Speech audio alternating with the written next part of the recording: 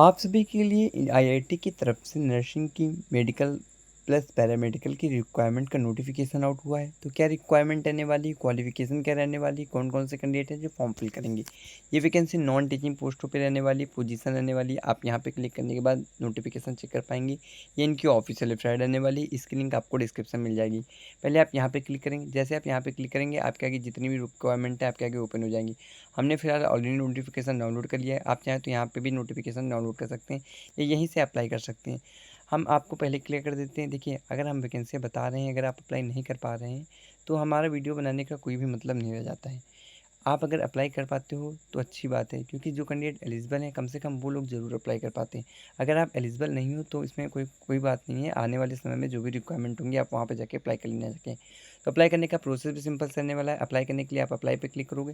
यहाँ से आपकी इनकी ऑफिशियल वेबसाइट खुल जाएगी। ईमेल आईडी पासवर्ड डालना, आप यहाँ से जाके अप्लाई कर पाओगे। पहले आपने साइन अप नहीं किया तो पहले क्रिएट एन अकाउंट करना पड़ेगा, फिर लॉगिन करके आप फॉर्म फिल करोगे। पहले बात करें एलिजिबिलिटी क्राइटेरिया क्या रहने वाली, तो नोटिफिकेशन पे डाउनलोड करोगे, आपके आगे नोटिफिकेशन ओपन हो जाएगा। हो सकता हो काफ़ी टाइम लगे क्योंकि यहाँ पे टाइम अभी लगता है। और इस वैकेंसी की जो लास्ट डेट रहने वाली है 3 सितंबर रहने वाली है। और आपके यहाँ पे एप्लीकेशन फॉर्म स्टार्ट है, क्योंकि यहाँ पे 14 अगस्त 2025 से अप्लाई लिंक स्टार्ट कर दी गई थी। तो एलिजिबिलिटी क्या रहने वाली, क्वालिफिकेशन क्या रहने वाली, चेंज आपके यहाँ पे कौन कौन से कैंडिडेट हैं जो फॉर्म फिल कर सकते हैं। बट इससे पहले देखिए, अगर आप इसमें एलिजिबल हो तो हमने आपको स्टेप बाय स्टेप गाइड भी कर दिया। अप्लाई कैसे करना है लिंक डिस्क्रिप्शन में प्रोवाइड कर देंगे।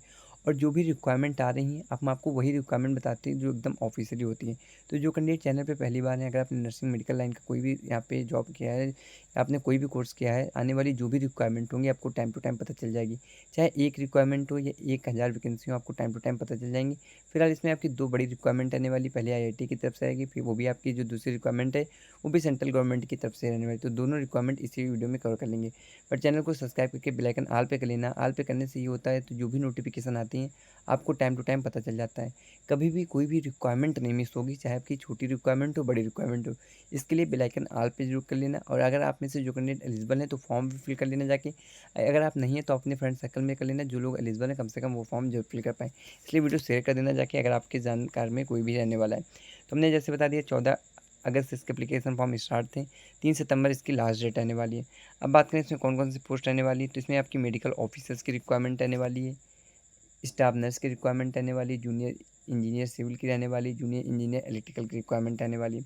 तो पहली रिक्वायरमेंट मेडिकल ऑफिसर्स की रहने वाली, लेवल 10 का ग्रेड पे लगेगा, क्योंकि ये सेंट्रल गवर्नमेंट की रिक्वायरमेंट होती है। आईआईटी, एम्स, आईएम, जिपमर, ये जितने भी इंस्टीट्यूट हैं ये सब आपके सेंट्रल गवर्नमेंट के आते हैं। तो लेवल ग्रेड पे आपका लगभग लगभग सेम ही लगता है। तो मेडिकल ऑफिसर की लेवल 10 का लगेगा। नर्सिंग की बात कर लेते हैं, इनकी एक ही रिक्वायरमेंट रहने वाली मेडिकल ऑफिसर वालों के लिए, और यहाँ पे स्टाफ नर्सिंग वालों के लिए भी एक ही रिक्वायरमेंट आएगी, जो कि आपकी ओपन कैटेगरी में रहने वाली है। अगर आप इसमें एलिजिबल हैं तो आप फॉर्म फिल कर देना जाके। हम आपको क्वालिफिकेशन बता दें, जो नेक्स्ट रिक्वायरमेंट बताएंगे, अगर उसमें भी आप एलिजिबल हैं तो फॉर्म फिल कर देना जाके। बाकी एक बार रिपीट कर देते हैं, जूनियर इंजीनियर की रहने वाली, इलेक्ट्रिकल की है, यहाँ पे जूनियर सुपरिटेंडेंट की है, जूनियर अकाउंटेंट की है, ड्राइवर की है, जूनियर अटेंडेंट की रहने वाली है, जो कि लेवल 8 का ग्रेड पे लगेगा। जूनियर अटेंडेंट मल्टी स्किल में लेवल 1 का ग्रेड पे लगने वाला है। एक दो रिक्वायरमेंट रहने वाली है। अब बात करें क्वालिफिकेशन क्या रहने वाली, तो अगर आप एमबीबीएस हैं फिलहाल यहाँ पे, तो आपके लिए यहाँ पे मेडिकल काउंसिल ऑफ इंडिया में रजिस्ट्रेशन होना जरूरी होता है, तो आप फॉर्म फिल कर पाते हैं। हम बात करें स्टाफ नर्सिंग की क्या एलिजिबिलिटी, क्योंकि नर्सिंग की जो रिक्वायरमेंट होती है हम आपको बहुत ज़्यादातर बताते रहते हैं। तो स्टाफ नर्सिंग में जो रिक्वायरमेंट रहने वाली है, अगर आपने इंटरमीडिएट 10+2 का कोर्स किया है, इक्विवेलेंट 3 डिग्री का आपने अगर जेएनएम भी किया है तो फॉर्म फिल कर सकते हैं। यानी आपका पहले बात कंप्लीट होना चाहिए, इंटर आपका कंप्लीट होना चाहिए फिजिक्स केमिस्ट्री बायो से। इसके अलावा अगर आपके पास ये क्वालिफिकेशन है, फिर आपके पास यहाँ पे अगर आपने जेएनएम किया है, 3 साल का डिप्लोमा किया कोर्स किया है यानी जनरल नर्सिंग मिडवाइफरी, तो आप फॉर्म फिल कर सकते हैं। इसके बाद आपका रजिस्ट्रेशन होना ज़रूरी है, ये अनिवार्य होता है, रजिस्ट्रेशन विद नर्सिंग काउंसिल। 1 साल का एक्सपीरियंस चाहिए हॉस्पिटल में, सेंट्रल गवर्नमेंट या स्टेट गवर्नमेंट में। अब बात करें इसमें क्या BSc nursing candidate form fill कर पाएंगे, तो देखिए आपको पहले क्लियर कर देते हैं। आने वाले समय में काफ़ी लोग कमेंट करते हैं तो उनके जिनको नहीं पता है कि उनको बता देते हैं। अगर ये आपका यहाँ पे जनरल नर्सिंग मिडवाइफरी यहाँ पे लिखा है तो ऐसा नहीं है कि जेएनएम वाले फॉर्म फिल करेंगे। ये एक मिनिमम क्वालिफिकेशन होती है नर्सिंग के लिए, डिप्लोमा कोर्स के लिए। बाकी एएनएम आपके यहाँ पे नर्सिंग आती है बट ऑक्सिलरी नर्सिंग मिडवाइफरी में आ जाती है।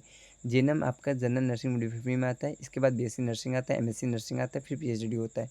तो अगर आपने जेएनएम किया है तो भी फॉर्म फिल कर पाओगे, बीएससी नर्सिंग किया है तभी भी फॉर्म फिल करोगे, या आपने एमएससी नर्सिंग पीएचडी जो भी कोर्स कर रखा है आप फॉर्म फिल करोगे, फॉर्म फिल करने में कोई भी प्रॉब्लम नहीं आएगी। जनरल नर्सिंग मिडवाइफरी आपका यहाँ पे मिनिमम क्वालिफिकेशन रखा जाता है। आई होप आपको ये क्लियर हो गया होगा।